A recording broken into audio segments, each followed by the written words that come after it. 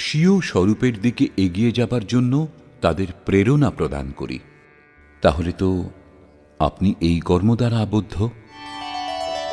ন চ মাং তানি কর্মাণি নিবধ্নন্তি ধনঞ্জয় উদাসীনবদাসীনম আসক্তম তেষু কর্মসু।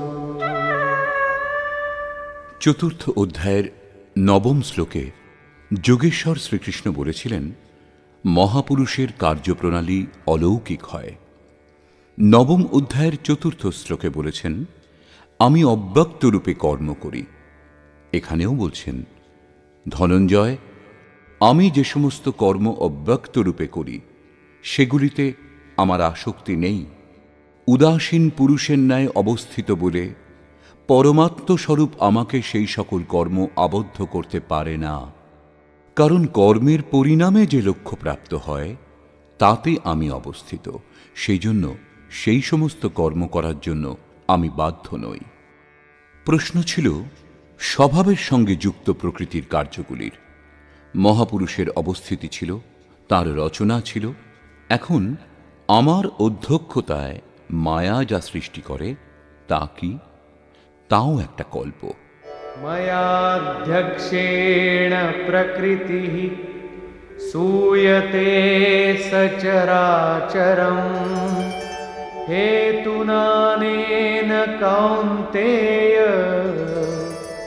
जगद्विपरिवर्तते।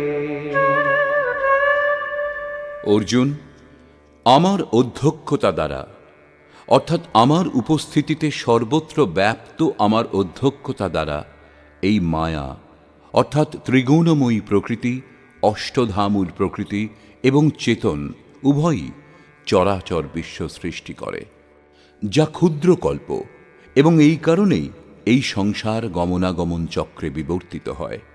প্রকৃতির এই ক্ষুদ্র কল্প, যার মধ্যে কালের পরিবর্তন হতে থাকে, আমার অধ্যক্ষতায় প্রকৃতিই করে, আমি করি না। কিন্তু সপ্তম শ্লোকের কল্প আরাধনার সঞ্চার এবং সাধনা সম্পূর্ণ হওয়া পর্যন্ত মার্গদর্শনযুক্ত কল্প মহাপুরুষ স্বয়ং করে থাকেন। এক স্থানে তিনি স্বয়ং কর্তা, যেখানে বিশেষ রূপে সৃজন করেন।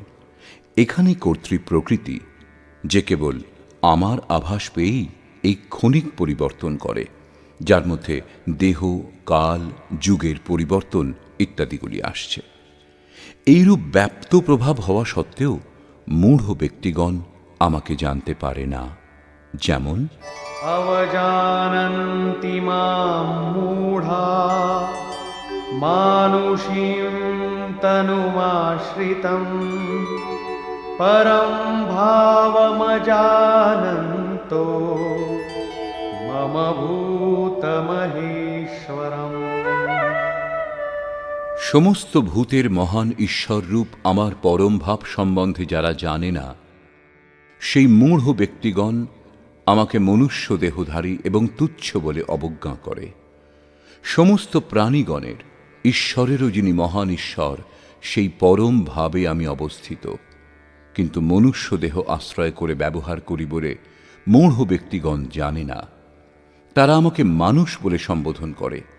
তাদেরই বা কি দোষ? দৃষ্টিপাত করে যখন, তখন মহাপুরুষের দেহটাই তো দেখতে পায়। আপনি মহান, ঈশ্বর ভাবে স্থিত, কিরূপে তারা বুঝবে? কেন তারা দর্শনে অসমর্থ হয়? এই প্রসঙ্গে বলছেন,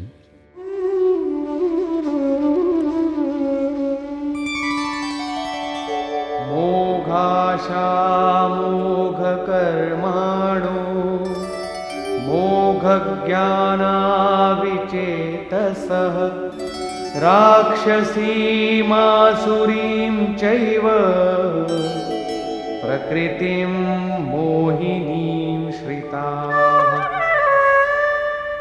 তারা বৃথা আশা, অর্থাৎ যা কখনো পূর্ণ হবে না এইরূপ আশা, বৃথা কর্ম অর্থাৎ বন্ধনকারী কর্ম, এবং বৃথা জ্ঞান যা বস্তুত অজ্ঞান, বিচেতসঃ বিশেষ রূপে অচেতন, রাক্ষস এবং অসুরের ন্যায় মোহপ্রাপ্ত হয় এইরূপ স্বভাব ধারণ করে থাকে, অর্থাৎ আসুরী স্বভাবযুক্ত হয়, সেই জন্য মানুষ বলে অবজ্ঞা করে।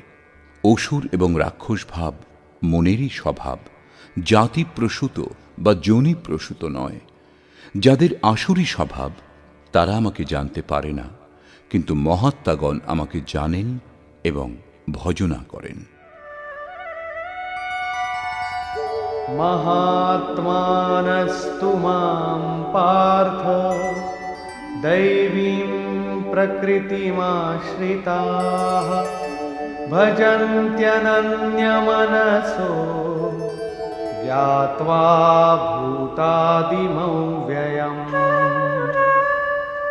হে পার্থ, পরন্তু দৈবী প্রকৃতি অর্থাৎ দৈবী সম্পদ আশ্রয় করে মহাত্মাগণ আমাকে সর্বভূতের আদি কারণ, অব্যক্ত এবং অক্ষর জেনে অনন্য মনে অর্থাৎ মনের অন্তরালে অন্য কাউকে স্থান না দিয়ে কেবল আমাতে শ্রদ্ধাযুক্ত হয়ে নিরন্তর আমাকে ভজনা করেন।